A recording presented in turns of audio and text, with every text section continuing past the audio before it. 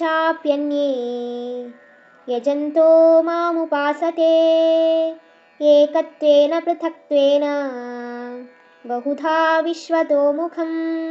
ಮತ್ತೆ ಬೇರೆಯವರು ನನ್ನನ್ನು ಅವರ ಜ್ಞಾನ ಮತ್ತೆ ಯಜ್ಞದಿಂದ, ಅಂದರೆ ನನ್ನನ್ನೇ ಎಲ್ಲರಲ್ಲೂ ಇರುವ ಪ್ರಮುಖನು ಮತ್ತೆ ಇಡೀ ಜಗತ್ತಿನಲ್ಲಿರುವ ವಿಧ ವಿಧವಾದ ಎಲ್ಲ ರೂಪದಲ್ಲಿ ಇರುವವನು ನಾನೇ ಎಂದು ತಿಳಿದು, ಇಡೀ ಜಗತ್ತಿನಲ್ಲಿ ವ್ಯಾಪಿಸಿರುವಂಥವನು ನಾನೇ ಎಂದು ಅರಿತು ಅವರು ಪೂಜಿಸ್ತಾರೆ.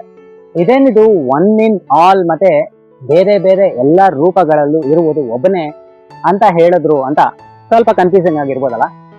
ಇದರ ಅರ್ಥ ಏನಂದ್ರೆ, ಇದರಲ್ಲಿ ಎರಡು ಟೈಪ್ ಆಫ್ ಥಿಂಕಿಂಗ್ ಇದೆ.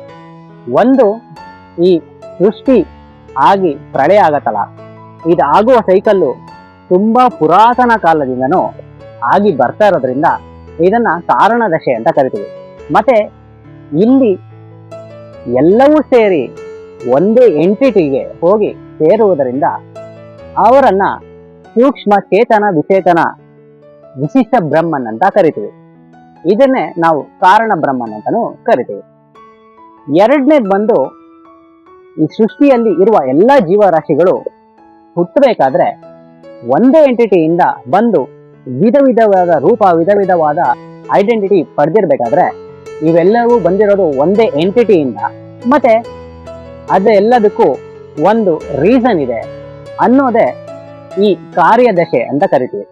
ಮತ್ತೆ ಇಲ್ಲಿ ನಾವು ಪೂಜಿಸೋದೆ ಸ್ಥೂಲ ಚೇತನ ವಿಚೇತನ ವಿಶಿಷ್ಟ ಬ್ರಹ್ಮನ್ ಅಂತ. ಇಲ್ಲಿ ಇವೆರಡು ವಿಧದ ಎಕ್ಸ್ಪ್ಲನೇಷನ್ನ ಈ ಸಮಯದಲ್ಲಿ ಭಗವಂತ ಹೇಳಿದ್ದಾರೆ.